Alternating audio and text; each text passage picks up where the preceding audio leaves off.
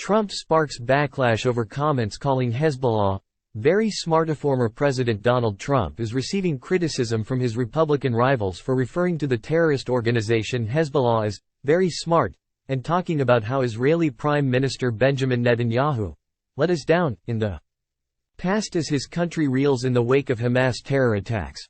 Trump, currently the frontrunner for the Republican nomination for president in the 2024 presidential election, addressed the aftermath of Hamas attacks in Israel during a speech in West Palm Beach, Florida, on Wednesday.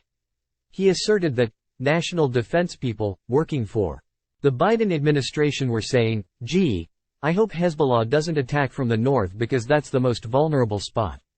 The former president recalled reacting to the concerns about a Hezbollah attack by thinking that Hezbollah is very smart, and mocked the idea that Biden administration officials would make Israel's enemies aware of its national security weaknesses.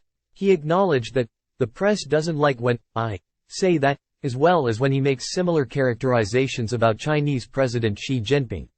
Trump's characterization of Hezbollah as very smart was not the only aspect of his speech that spurred a negative reaction from critics. Time equals 400 ms. greater than. While Trump praised and vowed to stand with Israel during his remarks, he also brought up how I did have a bad experience with Israel. According to Trump, when we took out terrorist Qasem Soleimani, it was us and Israel working as a group, and we knew where he was.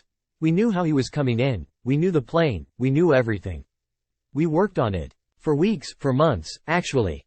Israel was going to do this with us, and it was being planned and working on it for months, and now we had everything all set to go. And the night before it happened, I got a call that Israel will not be participating in this attack, he added. While the U.S. killed Soleimani on its own, Trump told the crowd, "I'll never forget that Bibi Netanyahu let us down. That was a very terrible thing." Trump insisted that Bibi tried to take credit for the attack that took out Soleimani, adding, "That didn't make me feel too good."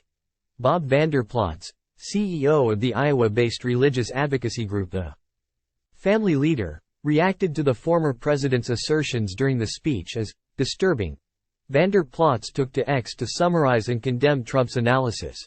The former #POTUS at Real Donald Trump telling the world #Israel let us down while calling out Hezbollah and Hamas, backed by Iran, as very smart. Raping women and butchering children isn't smart. It's evil.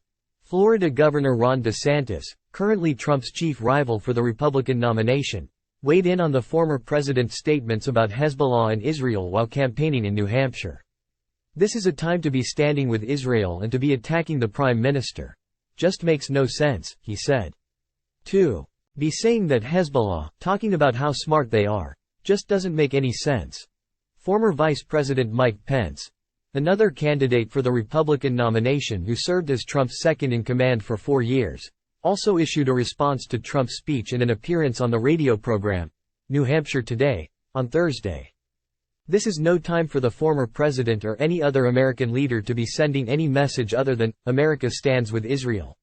Hezbollah are not smart, they're evil," Pence proclaimed.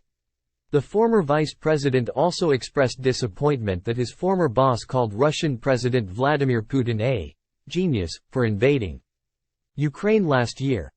Trump reacted to the backlash his comments received in a statement posted on his campaign website Thursday by defending his administration's foreign policy record pertaining to Israel. "There was no better friend or ally of Israel than President Donald J. Trump. Under my leadership, the United States stood in complete solidarity with Israel, and as a result, Israel was safe, America was safe, and for the first time in decades, we made historic strides for peace in the Middle East." The former president vowed that, with President Trump back in office, Israel, and everyone else, will be safe again.